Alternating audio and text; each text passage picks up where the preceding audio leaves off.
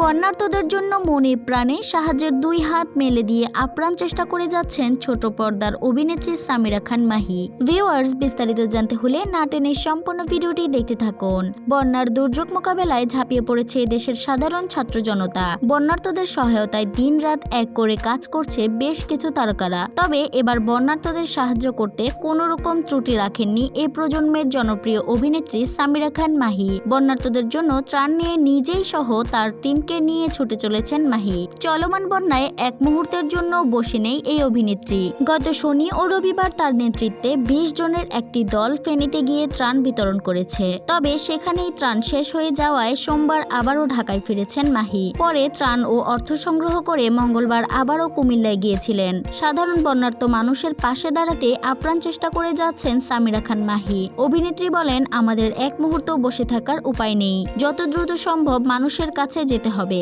সবাই মিলে কাজ করলে এই সংকট এড়ানো সম্ভব। বরাবরই দুর্গত মানুষের পাশে দাঁড়ান সামিরা খান মাহি। এর আগেও 2022 সালে সিলেটের বন্যার্ত মানুষের জন্য দিন রাত পরিশ্রম করেছিলেন তিনি। ভিউয়ার্স, এই ছিল আমার আজকের ভিডিওটি কেমন লাগলো আপনার মতামত কমেন্টে জানাতে পারেন।